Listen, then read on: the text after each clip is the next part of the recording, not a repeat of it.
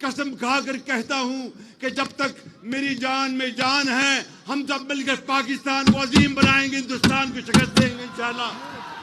आप देख सकते हो उन्होंने ओपनली क्या बोला है अपनी जनता को कि विल सरपास इंडिया और my name is in Shahbaz, और इसने एक कंट्रोवर्सी क्रिएट कर दिया एंटायर सोशल मीडिया प्लेटफॉर्म्स पे। क्या ये रियलिटी में पॉसिबल भी है? क्या ये हो सकता है? अगर पाकिस्तान अभी भी ट्राई करे तो ये हो सकता है। मतलब आप पहले माइंडसेट चेक करो कि कितने ऑब्सेस्ड है इंडिया के लिए, कि अपनी रैलीज में, अपने क्रिकेट स्टेडियम्स में, अपने क्रिकेटर्स के, इनके कितने मिनिस्टर्स खाली इंडिया से ऑब्सेस्ड है, इंडिया की टीम से ऑब्सेस्ड है कि हमें दुनिया में और किसी को पीछे नहीं करना, अपनी इकोनॉमी नहीं सुधारनी, हमें बस इंडिया को पीछे करना है, फिर उसके लिए कुछ भी हो। और इसमें खाली इन्होंने यही नहीं कहा कि हमें इंडिया को पीछे करना है, बल्कि इन्होंने अपने अचीवमेंट्स भी हाईलाइट करी कि कैसे पाकिस्तान में 40% इन्फ्लेशन थी, उसको हमने 2% पे कट डाउन कर दिया, और हम चाहते हैं वापस इंडिया से बातचीत रिज्यूम हो जाए, जो कि शुरू हुई थी इन्हीं की वजह से, क्योंकि इन्होंने अपने साइड से ट्रेड रोका था।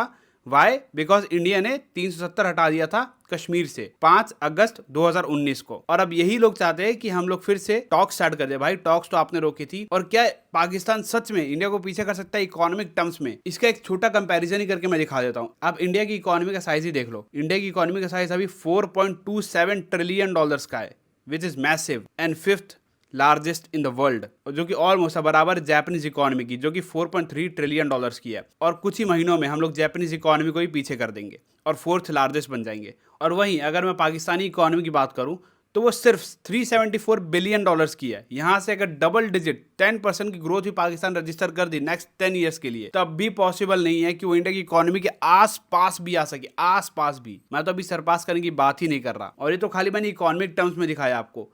पर कैपिटा इनकम चेक कर लीजिए आप, इंडिया के 2900 USD, ऑलमोस्ट $3000 नाउ, और हमारी पीपीपी मतलब परचेसिंग पावर पैरिटी का इकोनॉमिक साइज है 17 ट्रिलियन से भी ज्यादा। और वहीं पाकिस्तानी इकोनॉमी का पर कैपिटा साइज है सिर्फ $1588, और वहीं उनके परचेसिंग पावर पैरिटी का साइज है $1.5 ट्रिलियन का। Still very very far from India. और अगर ये लोग बात करें कि हम मिलिट्री टर्म्स में इंडिया को पीछे कर देंगे, तो मैं वो भी आपको दिखा देता हूँ। ग्लोबल फायर पावर इंडेक्स, ये लोग हर साल इंडेक्स बनाते हैं कि कौन सी कंट्री कितनी स्ट्रांग है। इंडिया की उसमें रैंकिंग 4th है, कि India is the 4th strongest military in the world. और वहीं पाकिस्तान की रैंकिंग टॉप 10 में भी नहीं है, पाकिस्तान की रैंक है 12th, जो कि इंडिया से तो बहुत पीछे है। इवन पाकिस्तान तो ब्राजील जैसे देश से भी कमजोर है। तो ये लोग मिलिट्री में कैसे क्या सब करेंगे, मैं वो भी नहीं बता सकता।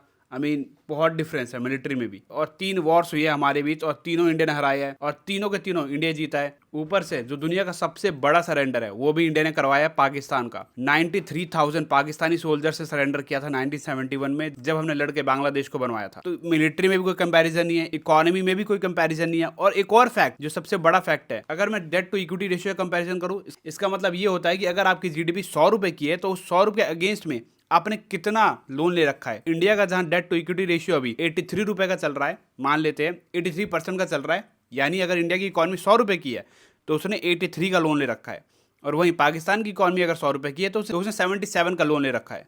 तो आप तो कहोगे यार इसमें तो पाकिस्तान ने बहुत सही कर रखा है, पाकिस्तान की इकोनॉमी ज़्यादा सही है इस टर्म्स में, तो लोन के टर्म्स में। लेकिन यहाँ पे सबसे बड़ा फैक्टर आता है good debt and bad debt. Good debt वो होता है जो आप लेते तो हो, लेकिन उससे आप अपनी कंट्री का डेवलपमेंट करते हो, जिससे कंट्री आगे बढ़े। कंट्री में आप इंफ्रास्ट्रक्चर बनाते हो, कंपनीज को बुलाते हो, स्पेशल इकोनॉमिक जोन्स बनाते हो, जिसकी वजह से कंपनीज आती हैं, ट्रेड होता है, एक्सपोर्ट्स बढ़ते हैं, आपको टैक्स मिलता है, गवर्नमेंट को टैक्स मिलता है, जिससे गवर्नमेंट फ्यूचर में और अर्निंग्स बढ़ा सकती है। और जो डेट लिया उसके अगेंस्ट डेवलपमेंट भी हो गई, टैक्स भी बढ़ गया, और उसी टैक्स से अब आप उसका रीपेमेंट कर सकते। लेकिन इस केस में जो पाकिस्तान ने डेट लिया वो है बैड डेट। ज्यादातर उन्होंने उससे हाईवेज नहीं बनाया, अपनी फेमस IT इंडस्ट्री यानी इंटरनेशनल टेररिज्म को फंड ही किया है बस, जिसकी वजह से जो उनका डेट है वो मोस्टली बैड डेट में काउंट होता है। और उनको जो पैकेजेस मिलते भी रहे IMF से, चाइना से, US से, वो मेजरली करप्शन में ही गए हैं, या तो मिलिट्री में चले गए करप्शन में, या तो गवर्नमेंट में बहुत लोग खा गए। और यही बड़ा फर्क है इंडिया और पाकिस्तान की डेट का, कि इंडिया का डेट मेजरली गुड है और पाकिस्तान का डेट मेजरली बैड है। डेट्स वाई जो इंडिया का 83 रुपए अगेंस्ट 100 रुपीज ऑफ GST वो ज्यादा बेनिफिशियल है compare to 77 against 100 of Pakistan, जिसकी वजह से पाकिस्तान स्ट्रगल कर रहा है। और India far more larger economy है, और हमारे पास ज्यादा टैक्स आता है, ज्यादा एक्सपोर्ट्स है हमारे। अगर हम अपने एक्सपोर्ट्स की बात भी करें तो हमारे एक्सपोर्ट है $776 बिलियन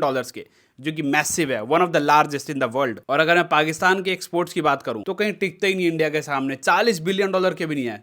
$38.9 बिलियन के हैं पाकिस्तान के एक्सपोर्ट्स, जो कि मैसिव फर्क है इंडिया और पाकिस्तान में। तो आप देख सकते हो पाकिस्तान की अर्निंग कुछ है नहीं, और अगर ये लोग डबल डिजिट में भी ग्रोथ कर गए, अगर ये परसेप्शन में मान भी लूँ, तब भी पॉसिबल नहीं है कि अपने एक्सपोर्ट्स या डेट चुका दे अपने रातों रात ये कंट्री बिल्कुल ही टर्न अराउंड कर जाए। इवन अब तो ये बात ये चलने लग गई इस कंट्री में कि कंट्री कभी भी फ्रैगमेंट हो सकता है, मतलब टूट सकता है। और इनके खुद के एमपी ने पार्लियामेंट में बैठ के कहा है कि बलूचिस्तान प्रोविंस और खैबर पख्तूनख्वा प्रोविंस कभी भी हमसे अलग हो सकता है, और यही नहीं, यूएन उसको रिकॉग्नाइज कर सकता है कि वो पाकिस्तान का हिस्सा नहीं है, बल्कि अब एक सॉवरन कंट्री है, जिससे पाकिस्तान का फ्रेगमेंटेशन शुरू हो जाएगा, धीरे धीरे पाकिस्तान टूटना शुरू हो जाएगा। और बलूचिस्तान इनके लिए सबसे ज्यादा इंपॉर्टेंट रीजन है, क्योंकि वहां पे बहुत सारे नेचुरल रिसोर्सेज हैं, और बलूचिस्तान पोर्ट एक्सेस पे दिलाता है, और उनका सबसे बड़ा प्रोविंस भी है, जो कि ईरान के साथ बॉर्डर शेयर करता है। इसीलिए मोस्ट इंपॉर्टेंट प्रोविंस है इनके लिए बलूचिस्तान, और वही हाथ से निकल गया, जो कि मोस्ट प्रोबेबली है कि निकल भी जाएगा, क्योंकि बलूचिस्तान की खुद की मिलिट्री है जो कि फाइट बैक करिए पाकिस्तानी मिलिट्री के साथ अपनी इंडिपेंडेंस के लिए। तो आपको क्या लगता है, इनका जो ऑब्सेशन है हमारी क्रिकेट टीम के साथ ले लो, इनके मिनिस्टर्स का, या फिर हमारी इकोनॉमी से, खाली हमसे ही, मतलब ऐसा भी नहीं कि इन्होंने टारगेट बना रखा हो कि भाई हम स्विट्जरलैंड से कंपेयर करते हैं अपने आप को, जापान से, डेवलप्ड इकोनॉमी से करते हैं और उनसे आगे निकलने की कोशिश करते हैं। ये लोग कंपेयर ही करते हैं डेवलपिंग इकोनॉमी के साथ, जो कि क्योंकि इंडिया अभी भी डेवलपिंग इकोनॉमी, और हमने अभी तक ऐसा कभी नहीं किया कि हमारे प्राइम मिनिस्टर कहीं गए हो रैली में और हम पाकिस्तान से कंपैरिजन करने लग जाए हमारी इकोनॉमी का। कभी भी ऐसा नहीं होता। हम लोग हमेशा सोचते हैं कि हम चाइना से कैसे आगे निकलेंगे एक्सपोर्ट्स में, यूएस से कैसे टक्कर लेंगे सेमीकंडक्टर में और टेक्नोलॉजी में, लेकिन यहाँ पे अपोजिट ही चल रहा है पाकिस्तान में सब कुछ। तो आपको मेनली क्या वजह लगती है इस ऑब्सेशन की, और आपको क्या लगता है कि पाकिस्तान का फ्रेगमेंट होगा? वीडियो सही लगी तो लाइक कर देना, और ऐसी और वीडियोस के लिए चैनल को सब्सक्राइब कर देना।